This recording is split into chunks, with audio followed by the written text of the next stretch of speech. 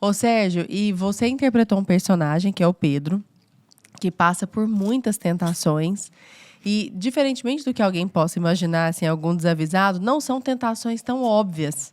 Elas são tentações muito sutis, que estão nas pequenas coisas do dia a dia. E, muitas vezes, eu acho que elas passam despercebidas, né? Assim, pela pessoa que está sendo tentada, né? Vou dar um exemplo aqui para não ficar uma coisa muito filosófica.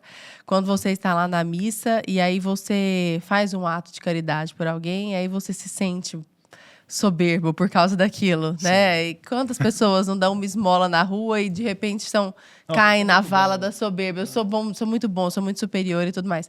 Como que foi essa experiência para você de interpretar um personagem que passa por tantas tentações? Olha, foi um desafio, com toda certeza, assim.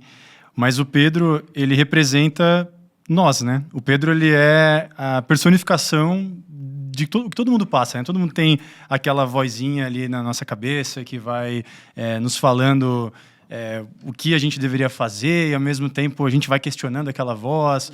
Então, foi um processo onde eu pude me observar muito, né? Identificar ali como é que vozes são essas que eu escuto, né? E também no filme a gente tem a personificação do Natan, que está sempre ali ao meu redor, fazendo essas tentações. Então, foi um processo muito colaborativo também com o Felipe de Barros, que interpreta o Natan.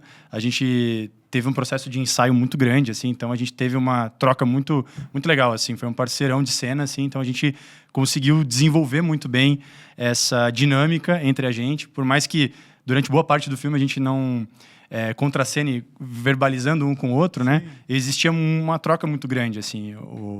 E também o próprio Malé, né, Malé? A gente não tem nenhuma cena juntos, assim, mas a gente estava o tempo inteiro juntos, né? No processo. Então, a gente teve o Valerim também, em todos os ensaios estava lá. Então, foi um processo de construção também muito, muito intenso com os atores. A gente teve... foram 2 ou 3 meses, né, de ensaio. Então, a gente estava o tempo inteiro revisitando essas cenas, as relações, a gente ia construindo junto. Foi muito legal, né? Foi. E essa troca que você tem com o Natan, isso que você falou é interessante, porque você, de fato, não contracena ali falando com ele. Em boa parte do filme. Isso vai acontecer mais lá pro fim. E aí, justamente essa interação não verbal de vocês dois Mas muito... ele me falando agora, eu não tenho nenhuma cena contracenando com o Fausto e tal. E eu até fiquei... É estranho, né? Como assim? Estranho, Né? como assim?